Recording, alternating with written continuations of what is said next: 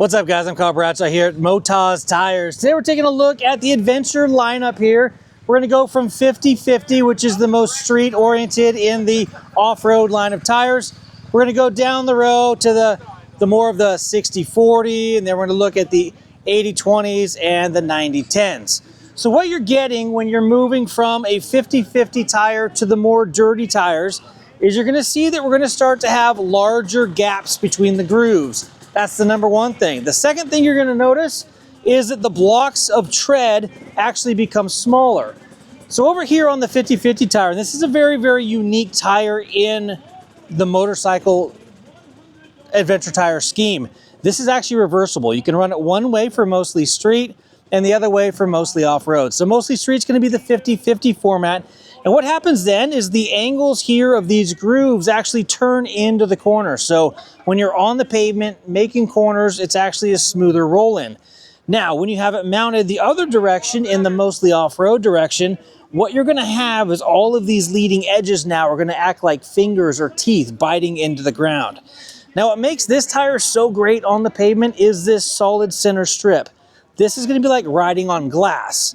Now, when you get to your really technical off-road situations and you don't want to be riding on a solid center strip, you're going to air down a little bit, and then each of these lugs here on the side are going to take over. Now, moving into a more aggressive, more of that 60/40 range, we're going to have the Tractionator Adventure tire right here. You're going to notice we're going to have bite or grooves in between each of these tread blocks. It's going to give you a bite, slip, bite, slip, bite, slip. Each time one of these lugs hits the ground, you're going to have increased traction. Now, the difference between this and the next 10% more aggressive tire is really going to be the lineup here in the center. These lugs are all in a row.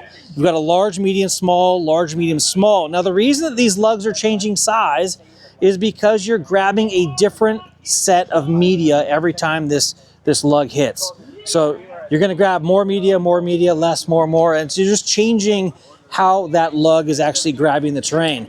Now, another very important piece that these tires have that a lot of other tires out there don't are these side lugs right here. So media is going to get trapped right here against the sides. You're going to have awesome side hill traction. If you look at some of the less expensive tires out there, it's just a straight groove all the way across, and that back end is going to want to slide down into the bottom of the ditch as you're riding. So moving on to the next more aggressive tire. This is 10% more aggressive. You're going to have more gap here. Now, what also helps in the aggressiveness is the offset of these lugs. That previous tire that we looked at, all those lugs were in a row. On this tire here, it's going to act like a cat trying to claw up a tree or something. You're going to have that bite, bite, bite, bite, one lug after the other. Now moving to even more aggressive, we're talking 90% off-road is going to be this tire here. We're looking more and more like a true knobby tire as we're going this direction. What we're going to see here is a significantly larger gap between those lugs. We're going to see each of these lugs actually being smaller. So we're having more of an opportunity to grab more quickly into the dirt rather than rolling across the surface and then having that bite, rolling across the surface and having that bite. This is going to be just the most aggressive bite, bite, bite you can get. And again, you're going to see numerous side lugs here able to trap that media going sideways. So your side hilling is going to be great. Your overall traction is going to be great. Now let's talk 1 second about why you would choose these other tires over a most 90% off-road tire, and that's going to be smoothness on the highway, number one. It's going to be quieter, they're going to last longer, and you're going to have more braking power, better wet weather traction, all of those things. And then this here is a new tire. This here is the Enduro Euro 6. This one here is called the Outback Race.